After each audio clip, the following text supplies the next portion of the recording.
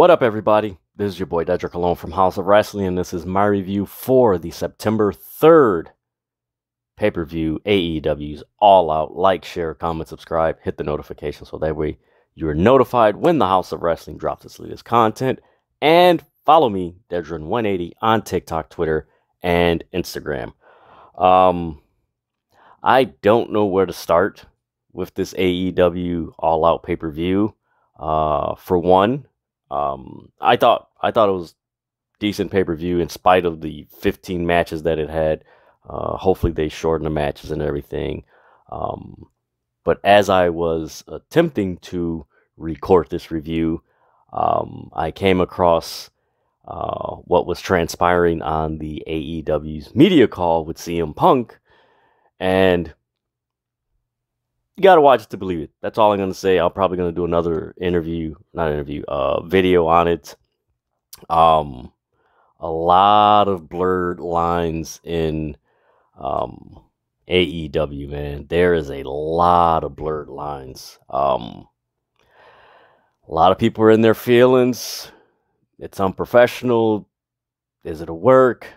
One thing I can say, and this all ties into AEW's All Out, is ever since Cody Rhodes left and just everything that's transpired now, the biggest thing with AEW now is it real? Is it a shoot? Is it a work?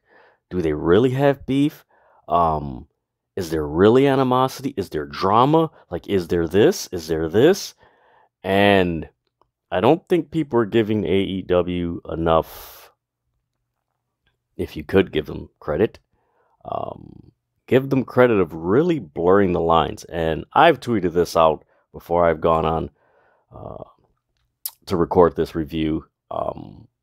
AEW, if you really look at it, they're taking a page out of reality TV shows and reality TV stars. Reality TV stars air their business out on reality TV and on social media and some interviews. So they're taking a page out of reality TV. It's weird because if you really think about it, it's more sports entertainment than pro wrestling, but then again, it is pro wrestling. So yeah, it's been very interesting, especially with everything that transpired. But before I get into the All Out, I'm not going to spend too much time on these matches or anything like that because it's 15 matches, and I am not going to do close to an hour review of AEW's All Out. I want to keep it short, sweet, get to the point of what I liked and didn't like, and just give you guys my thoughts and review on a pay-per-view that in some ways delivered, in other ways, and then with the main event, oh damn, okay. So in the kickoff show, or the 0 hour, as they said, you had Tammy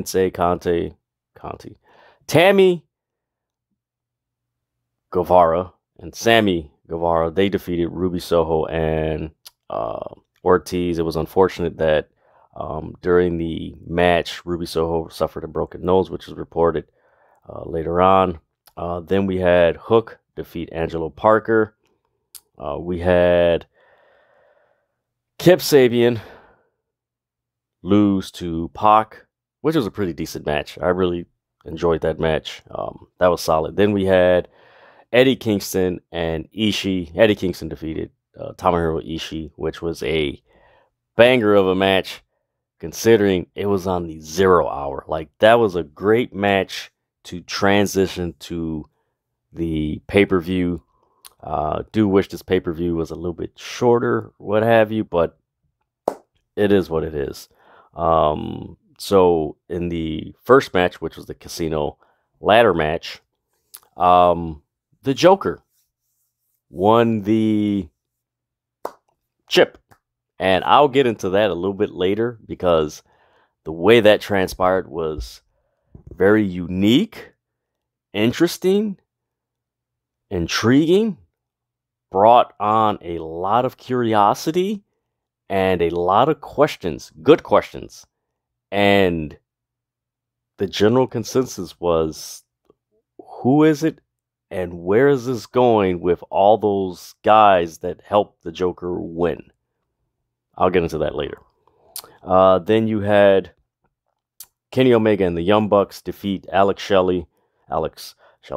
Reynolds, John Silver, and Hangman Page to become the inaugural AEW Trios champions. You had Jade Cargill defeat Athena. You had FTR and Wardlow defeat Motor City Machine Guns and Jay Lethal. You had Powerhouse Hobbs defeat Ricky Starks.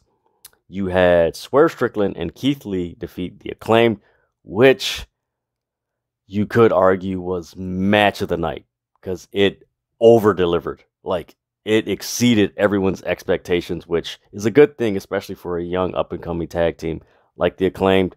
Really, really solid match.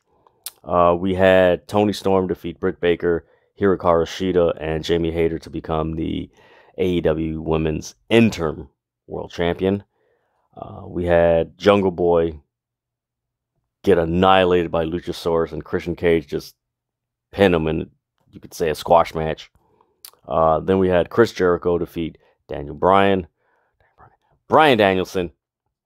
And then in the trios match, you had Sting, Darby Allin, and Miro defeat the House of Black, which the way that match ended was very weird, and the whole thing surrounding this feud is just very weird considering the reports that are going on. So it just plays into, man, this is reality TV, man. Then in the main event, you had CM Punk defeat Jon Moxley. So that is the results. And yes, CM Punk is the undisputed AEW World Champion. So that is the results for a very memorable AEW All Out. This show was a complete 180 from last year's All Out.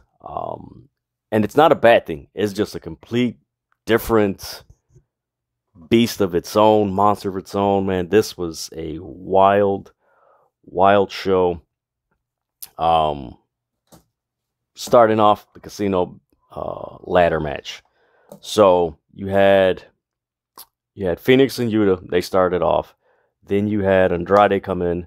Then you had Claudio come in. Then you had Dante Martin come in. And then you had Penta. And from that point on, like, this was a pretty fun match. Like, Dante Martin, he displayed his athleticism. Like, he was literally Shelton Benjamin in this match, where he was just jumping around on things. Or John Morrison, similar example. Then, once it came to the Joker coming out, and forgive me if I get some of this, if I'm spotty in my recollection of this and my notes, long pay-per-view, you had, I can't remember how many guys. So you had Morrissey, you had Stokely Hathaway, you had Ethan Page, and you had the Gun Club. I don't remember if it was Lee Moriarty there also. So you had all these guys come, and then one guy goes up the ladder, grabs the chip, comes down, takes off his mask, is Stokely Hathaway. Then he has the chip, and the Joker comes out, and he has this mask of, like, the devil. And he comes to the ring, he grabs the chip, and he goes to pull the mask off, and he fakes it, and he walks off. And you have Stokely and Morrissey and the rest of the guys coming, following him, accompanying him to the backstage area. And at that moment, like, maybe it's me, but that was one of the best. Usually you leave a cliffhanger at the end. This was like a cliffhanger in the beginning, where you're just like, throughout the whole pay-per-view, on Twitter, on social media, you just had so many people asking, like, who the hell is the Joker? Like, is it MJF? Is it, who else were people were saying? Oh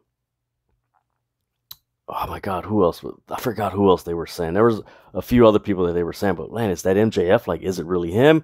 And of course, a few people started gathering all these tweets where MJF made reference to the symphony with the devil or what have you. So he just kept on, like, you just started seeing all this information accumulate on social media as AEW All Out's pay-per-view continued, and just people were just like, hey, wait a minute, he said this, what was it, back in April with Wardlow. Then he had a workout and he was listening to a song, Symphony of the Devil. Like, all these clues started coming together, and it's like, oh crap, that could be MJF. And then myself and a few other people were like, hey, is the Joker gonna cash in his opportunity at the end of the night and become the new AEW champion? Similar to like how they do in WWE Money in the Bank. And it's like, ooh, like, that's never been done before. Like, we should, like, I want to see where this goes. But man, that was a great cliffhanger, which built the anticipation of, okay, are we going to see, like, again, these are good questions. Like, are we going to see this person later in the night? Are we going to see them, you know, throughout the show? Like, are we going to see him on Dynamite? You know, are they going to wait till Grand Slam? Or like, what is going to happen? You know, from there, we get the trios match with Dark Order, Hangman Page, the Bucks, and Kenny Omega. Man, this was a solid match. I like this match. Kenny Omega, like, this trios match had a New Japan Pro Wrestling type feel to it. The Young Bucks and Kenny Omega, they were doing some stuff that was very reminiscent of what they were doing back in New Japan Pro Wrestling. This was a fun match. The spots where Kenny Omega and Hangman Page got face-to-face. Of course, there's history there, considering that Kenny Omega lost the title to Hangman Page last year. And he's his first opponent that he's wrestling against. So that was pretty cool. It was a fun match.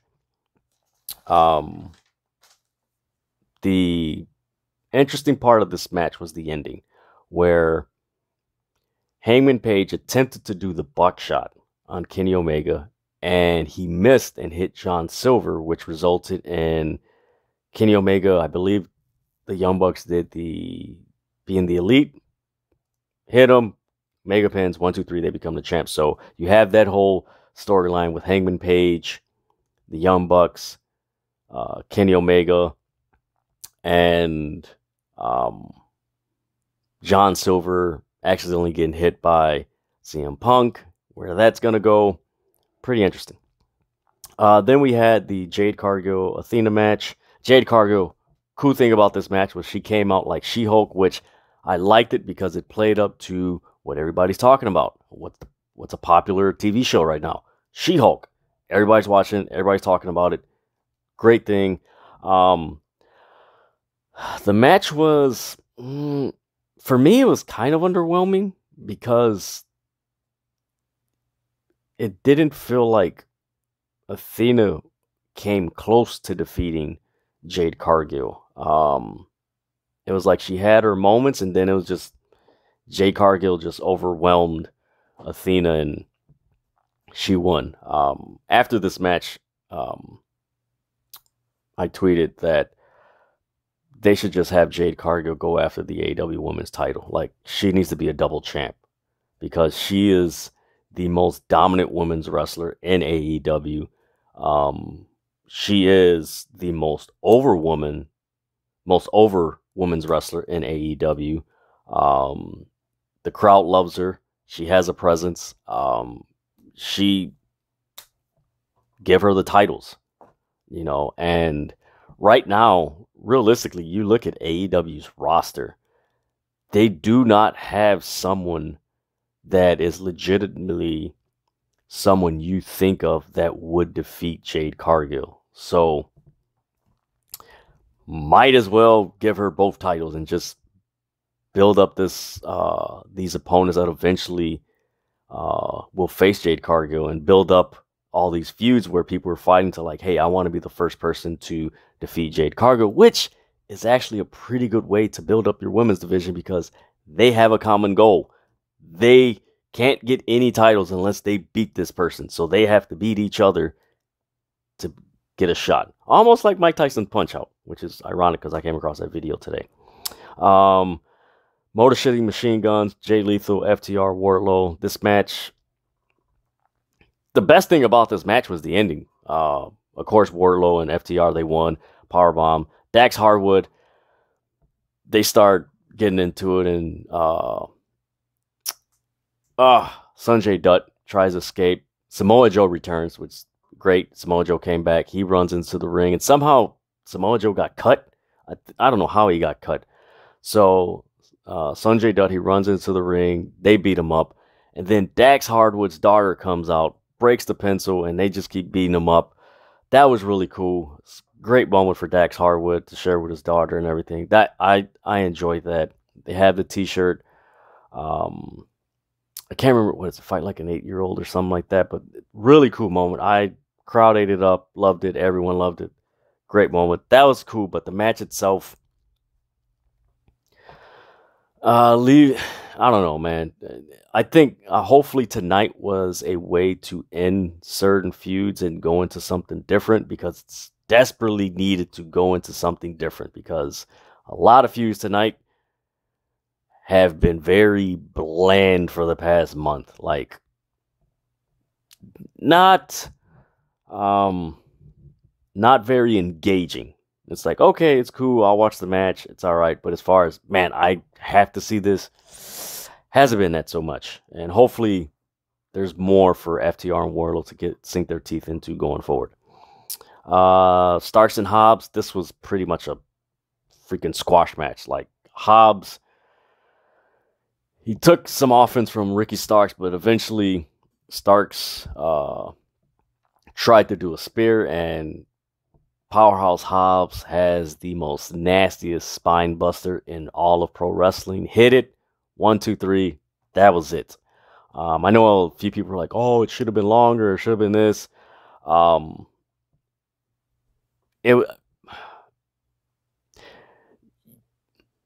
In a way, like, they kind of foreshadowed that Hobbs was going to win, considering that Ricky Starks was the one that was mostly wrestling, and Hobbs was just beating up people. So they kind of foreshadowed it in that way. But this feud's it's far from over. I'm glad it's not over, but I'm interested to see how Ricky Starks is used as far as coming back from, him getting destroyed by Powerhouse Hobbs. Then we get to Swerve Strickland, Keith Lee versus the Acclaim. This match surprised a lot of people. This was, in many ways, to some people, the match of the night.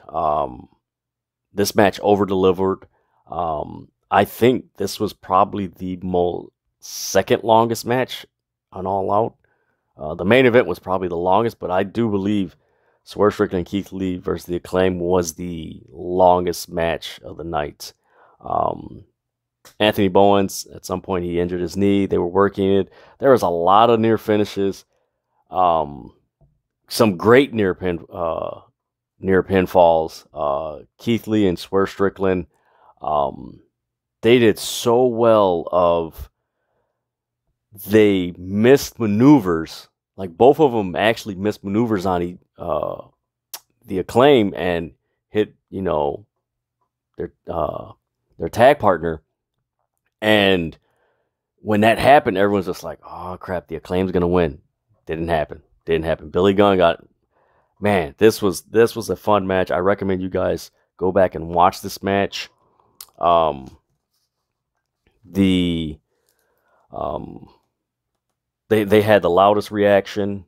There was a loud, that's the key thing about this match. The Chicago crowd was heavily cheering for the Acclaimed, to the point where they were booing Keith Lee and Swerve Strickland, which, granted, I'm from Chicago. I live in Chicago. I was surprised because I'm like, damn, the Acclaimed are like super over in Chicago. Like, over. Like, the crowd is booing Keith Lee, and Swerve Strickland's like, this is interesting. And it's like, are they going to do the switch? And like, they claim they're going to win the tag titles. Of course, last year, you had a similar situation where the Young Bucks faced the Lucha Bros in the cage match, and Lucha Bros had a freaking awesome entrance with Mikey Ruckus, live performance. And right then, when that happened, you're just like, these dudes, they're winning the titles. And that happened, but it did not happen tonight. Swerve Strickland, Keith Lee, they won.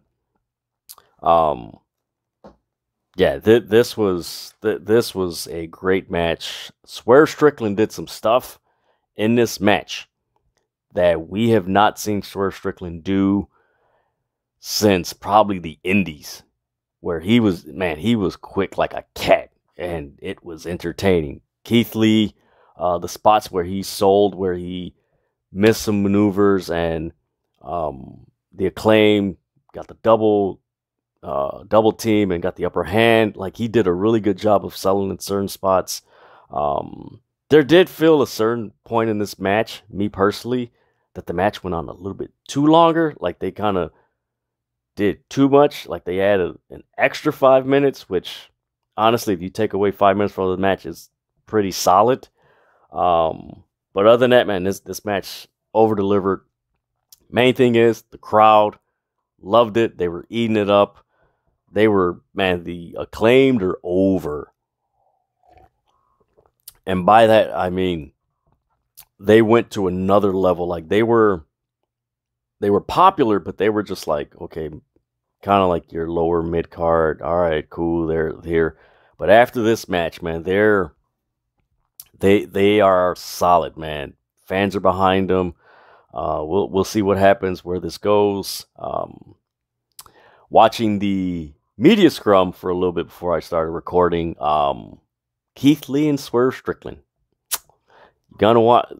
Look, I'm gonna tell you this: if you haven't seen the AEW media scrum, you need to watch it after this video. But you need to watch it because, man, there's some, you could say, teasers. You could say spoilers. You could say, oh, damn, is this real or not real? All that and more in that media scrum. Then we got the Fatal 4-Way, Toni Storm, Hikaru Shida, Jamie Hayter, and Britt Baker for the AEW Interim Women's Championship. This match was pretty good. I think what didn't help was that it came on after that really good match between Swerve Strickland, Keith Lee versus the Acclaim, which the crowd was heavily into it. So by the time this match happened with all four women, the crowd was kind of exhausted, but not exhausted like, oh, I don't care. Like, they were just like mellowed out. Where, some people use the term, oh, it's bathroom break. Like, no, it wasn't a bathroom break. Like, the pacing of this match between Toni Storm, Shida, Jamie Hayter, and Britt Baker, because I was into the Swerve and Our Glory and the Acclaim match, and when this match came on, it was just like, oh, cool, I can relax. Like, they're gonna give me a great match. They're gonna be intense. They're gonna be physical, because all four women have been getting very physical and stepped up their just intensity and tenacity in their matches. So it's like, all right, it's gonna be a good match, but it's not gonna be the style that I just saw in the match before. So it's like, all right, let me just sit back, relax, and just enjoy this match. And this was a solid match. Man, these women laid into each other, man. Whoo, boy.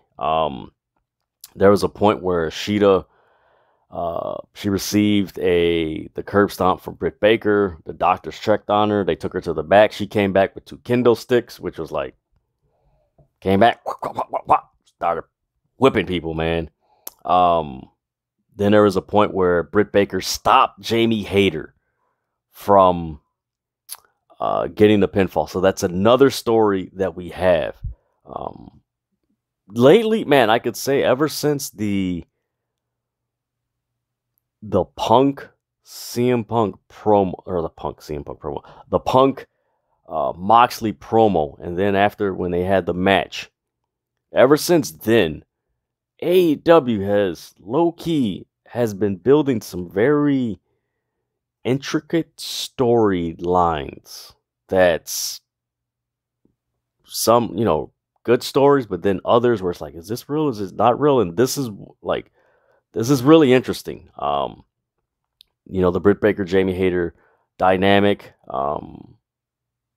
Then Britt Baker almost pinned Jamie Hayter in this match. And people were like, yo. But again, it's every woman for itself. So, of course, she's going to pin. She wants to be champ. That's what it is. But it's an interesting dynamic that they were working as a team early on in this match. And then Britt Baker's like, nope, not right now. We're not a team right now. I want my title. But, man, this was a pretty solid match. Toni Storm won. Well-deserved. It was already speculated that she was going to defeat Thunder Rosa in the originally scheduled match. Again, Toni Storm, watch her media scrum. That's a whole, man, I'm telling you, AEW is taking a page from reality TV shows and reality TV stars. You don't know what's real, what's a part of the show. Is it like, man, I need to watch this. Like, okay, what's going on here? Like, this is interesting. Then they announced that Full Gear will be live in November. There will be a live Rampage, then a Full Gear. So that's going to be really interesting. Hopefully it doesn't fall on the same day that the UFC usually has their events in November, and a whole bunch of other events happening. Then we got Christian Cage versus Jungle Boy. Christian Cage came to the ring, got slapped by Jungle Boy's mom, and then Jungle Boy got laid out by Luchasaurus. And Luchasaurus put him through a table, beat him up, threw him in the ring. 1, 2, 3. Christian Cage defeated Jungle Boy. Interesting they took this route because we were kind of thinking like, man, Luchasaurus hasn't touched Christian Cage, and he hasn't touched, he hasn't really done anything with, it's like, wow, it's interesting. And, well, Luchasaurus is with Christian Cage. He turned on Jungle Boy, so that's official. So the big question is this: who is going to help Jungle Boy against Christian Cage and Luchasaurus? Very, very, very, very interesting how this plays out. Then we get a backstage promo with the Best Friends and the Death Triangle. I believe that match is going to be on Dynamite next week. Then we get Danielson versus Jericho. Jericho comes out like the Lion Heart. Brian Danielson had a friend of his, Elliot Taylor, sing his intro, which was, it is what it is.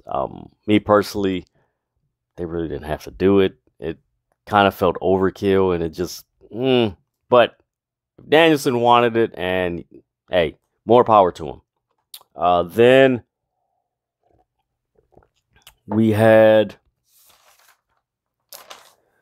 in that match, it was more a wrestling match. There was a lot of chain wrestling in the Danielson-Jericho match. Again, by this time, because there were so many matches, the crowd wasn't exhausted. I think the better term is after a while, because these matches, the pacing was really good in the show. I will give AEW credit. The pacing was really good in the show, but it did feel like the crowd was like mellowing out, where they weren't, you know how you feel when you've been really busy and you're not tired, you just want to mellow out and just chill. That's how this crowd was at this point. They were just in chill mode, just like, all right, cool, whatever. Boom, boom, boom. Oh, man, damn. That's how it was. In the end, Jericho hit a low blow on Danielson, then the Judas Effect. 1, 2, 3. Jericho won, surprisingly. But then they go to the backstage, and maybe I'm jumping the gun. Yeah, I'm jumping the gun a little bit. So, anyway, after the House of Black Sting, Darby Allin Miro match, Jericho confronts Daniel Garcia. He's like, where were you? And he's like, yeah, your match next week against Wheeler Yuta we don't have your back. So again, another story that's planting the seeds of more stuff. Eventually, we're probably going to see the Blackpool Combat Club get Daniel Garcia, which is kind of anticipated because he was one of the first people that Bryan Danielson mentioned as far as joining the Blackpool Combat Club. So, gonna be interesting on Dynamite. Then we get the House of Black versus Sting, Darby Allin, and Miro. House of Black has honestly, they have the best entrance. They have the best entrance in AEW. Miro started off. He ignored his partners through the early part of this match. There was a point where Sting did the Stinger Splash. I can tell you, when Sting and Malachi Black had the face-off, it really felt like the match just got weird afterwards. I don't know what it was. It was just really weird. I don't know. It was just really weird. Sting blew mist in Malachi Black's eye, blinded him. Got to the point where Brody King got a Stinger Splash. Darby did the coffin drop. Darby got the pin, but yeah, after the Malachi Black Sting face-off, it got really weird. Yeah, this is one of those feuds where I don't know. I think eventually, hopefully by Grand Slam, it's over with, and Malachi Black and House of Black can go on to the trios titles, and just have go after the gold and have all these trios that have been losing focus on getting gold and have that title go around. But yeah, this was a weird ending to this match. It really felt underwhelming. I didn't Then we get to the main event. CM Punk versus Jon Moxley. Oh boy, oh boy, oh boy. There was loud crowd chant reactions. There was a loud CM Punk chants. There was a point in the match where CM Punk did the anvil elbow blows. Punk and Moxley were fighting through the crowd, which was a joy. This crowd ate it up. This was the main event that the crowd looked forward to. You had the Let's Go Moxley CM Punk chants, not once, but twice in this match. Maybe a few times else also, but I know for me, I caught it twice in large parts of this match where it was loud CM Punk, Let's go Moxley CM Punk chants. Punk was busted open. Moxley, I don't know why he does this, man. He started hitting him and licked his blood, which is like, that's nasty. Like, I don't mind seeing like people, like wrestlers get busted open, but like when you start licking their blood, like, it's nasty, man. Ain't you worried about catching something? Like, it's nasty. There was a point where Moxley put Punk in the sleeper, hit the Death Rider, Punk kicked out.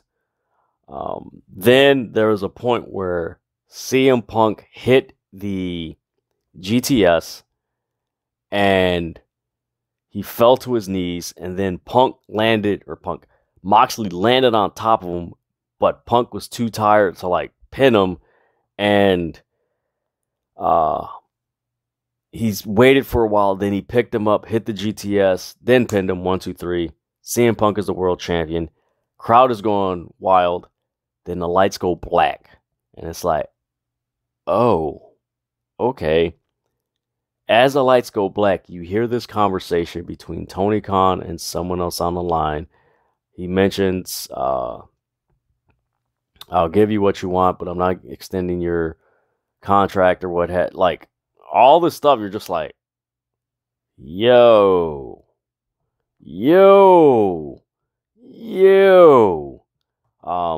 Please watch this segment. They probably have it upload on YouTube.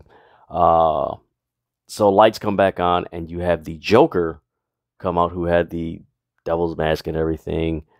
And lo and behold, as the person takes off the mask, it's none other than MJF. That crowd, I will say this, that crowd went apeshit when it was revealed that MJF was the Joker. There was loud MJF chants while CM Punk was holding the belt in Chicago.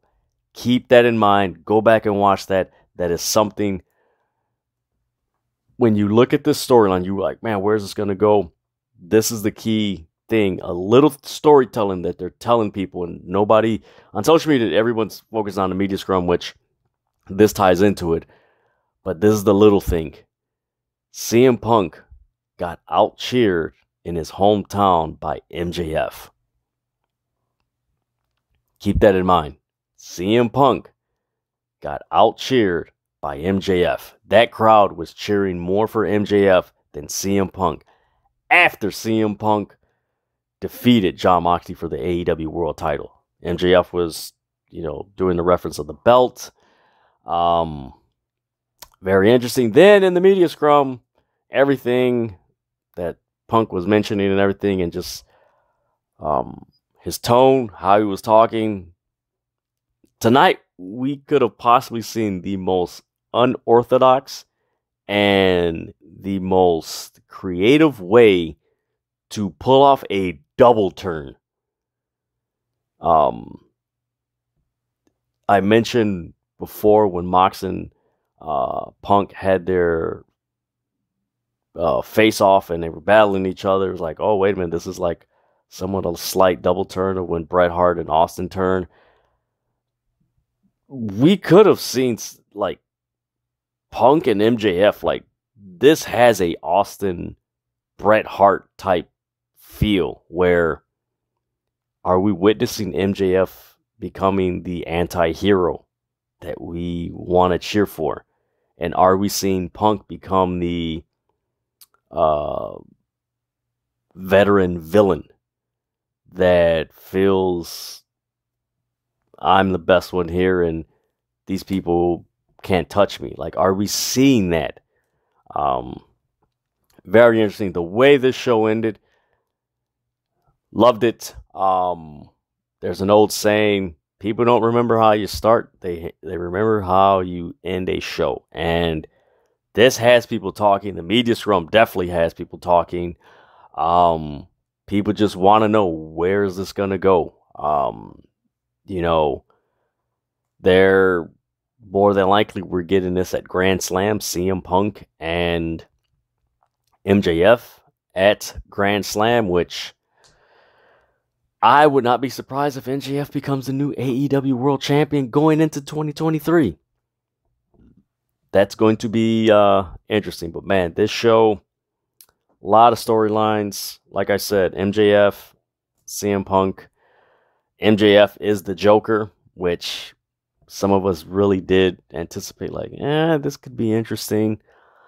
You have the Hangman Page, Dark Order, Young Bucks, Kenny Omega stuff happening. You have the Christian Cage, Luchasaurus, Jungle Boy stuff. You have, let me look at my notes. The Wardlow FTR situation. You got Starks and Hobbs. You got Jericho and Bryan Danielson and Daniel Garcia. You got quite a few storylines in AEW that you're just like, where's this going to go? But hopefully this is a turn the corner event for AEW where we get fresh matchups. Because, man, ever since you could say St. Patrick's Day Slam, it has been a very contentious and very grinded out storytelling with AEW, dealing with the injuries, Forbidden Door, backstage drama, and all that stuff. We'll see where this goes, but man, AEW is definitely taking a page out of reality TV shows and reality stars, because the drama backstage is very interesting.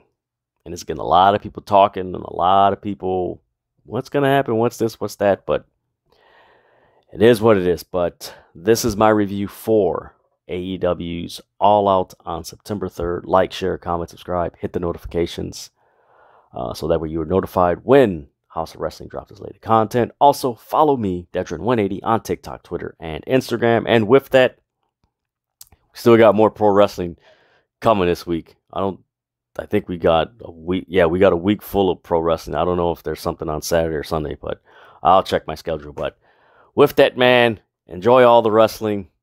I'm out.